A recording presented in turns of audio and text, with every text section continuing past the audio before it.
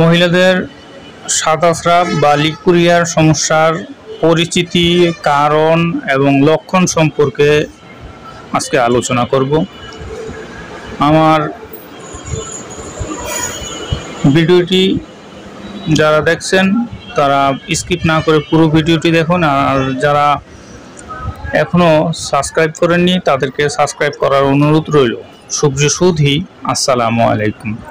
আলহামদুলিল্লাহ ওয়াসসালাতু ওয়াসসালামু আলা নাবিয়্যিনা বা'দা আম্মা বা'দ। সকল প্রশংসা সর্বশক্তিমান আল্লাহ সুবহানাহু ওয়া তাআলার জন্য, যিনি আমাদেরকে দয়া করে মায়া করে অত্যন্ত সুন্দর করে বানিয়ে এই দুনিয়াতে প্রেরণ করেছেন শুধুমাত্র তারই ইবাদতের জন্য।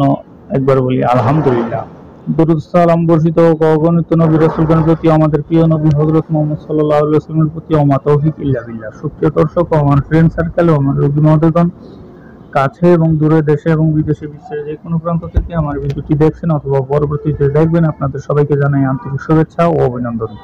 রোগ বিষয়ক, চিকিৎসা বিষয়ক, স্বাস্থ্য বিষয়ক ইউটিউব চ্যানেল ভিত্তিক ভিডিও বার্তা রিয়াজ হার্বাল চিকিৎসা কেন্দ্র। এটি একটি অত্যাধুনিক ইউনানি, আয়ুর্বেদিক এবং হার্বাল চিকিৎসা প্রতিষ্ঠান। এখানে দীর্ঘ প্রায় 16 বছর যাবৎ চিকিৎসা দিয়ে আসছি সুনামের সাথে। আমি হাকিম মোহাম্মদ রিয়াজুল ইসলাম, আপনাদের এই ভাই।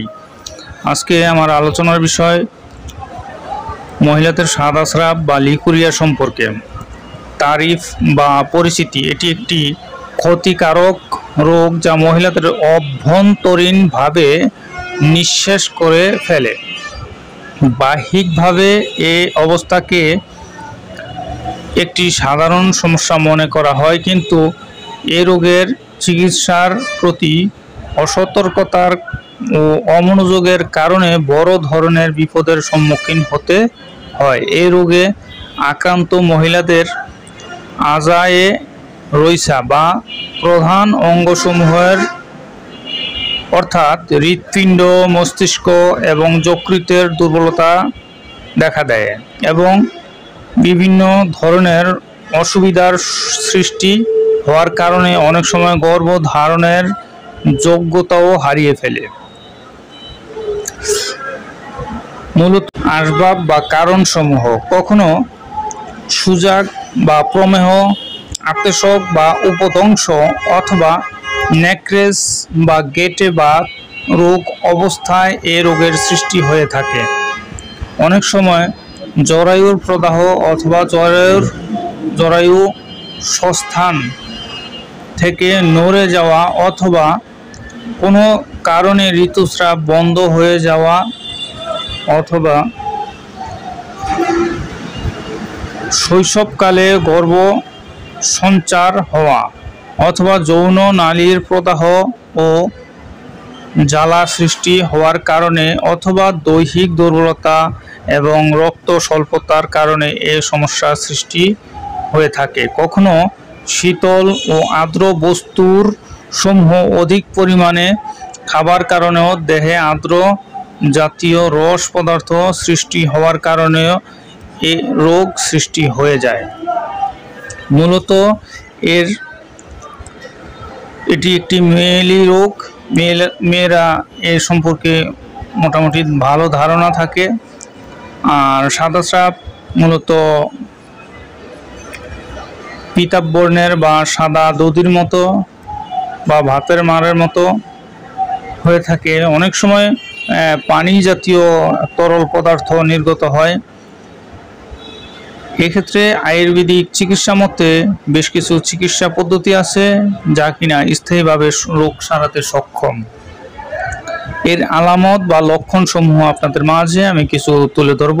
কোমরে ব্যথা হওয়া, বস্তি কোটরে ভার বোধ এবং ব্যথায় অভিযোগ পাওয়া যায়। বারবার মূত্র ত্যাগের প্রয়োজন হয়। তবিয়াত বা স্বভাব জড়তা গ্রস্ত, অলস হয়। কোনো কাজকর্মে মন বসে না। সাধারণত দৈহিক দুর্বলতা এবং ক্ষুধা মন্দা দেখা দেয়। ঋতুস্রাবকালে ব্যথা ও কষ্টের সাথে আসে। যৌন নালীতে চুলকানি হয় এবং তথা হতে সাদা ঘোল বা মাঠার অনুরূপ অথবা হলুদা ভাব রস পদার্থ নির্গত হয়ে থাকে। যে পর্যন্ত এ অবস্থার বিদ্যমান থাকে অধিকাংশ ক্ষেত্রে এ অবস্থায় গর্ভসঞ্চার হয় না। কখনো গর্ভাবস্থায় ও এই সমস্যা হয়ে থাকে। এই অবস্থায় রোগিণীর যৌননালীতে প্রচণ্ড চুলকানি হয়, রস পদার্থ অধিক পরিমাণে নিঃসৃত হয়। অনেক সময় নববধূ এবং যুবতী নারীদের যৌননালীর মধ্যেও এই সমস্যার সৃষ্টি হয়ে থাকে। যদি বৃদ্ধ কালের মধ্যে এই সমস্যা হয় তাহলে যৌন নালী পথে সাদা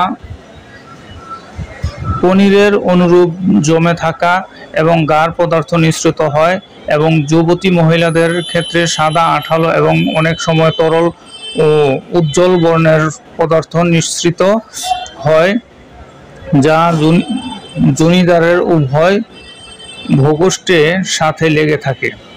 এর যত দ্রুত সম্ভব চিকিৎসা নেওয়া উত্তম, না হলে বড় ধরনের বিপদ ধীরে ধীরে হতে পারে। তাই একজন অভিজ্ঞ ইউনানি, আয়ুর্বেদিক এবং হার্বাল চিকিৎসকের পরামর্শ গ্রহণ করবেন এবং স্থায়ী সমাধানের চেষ্টা করবেন। এই বলে আমার ভিডিওটি শেষ করছি। আল্লাহ হাফেজ। যারা সাবস্ক্রাইব করেননি, সাবস্ক্রাইব করার অনুরোধ রইল।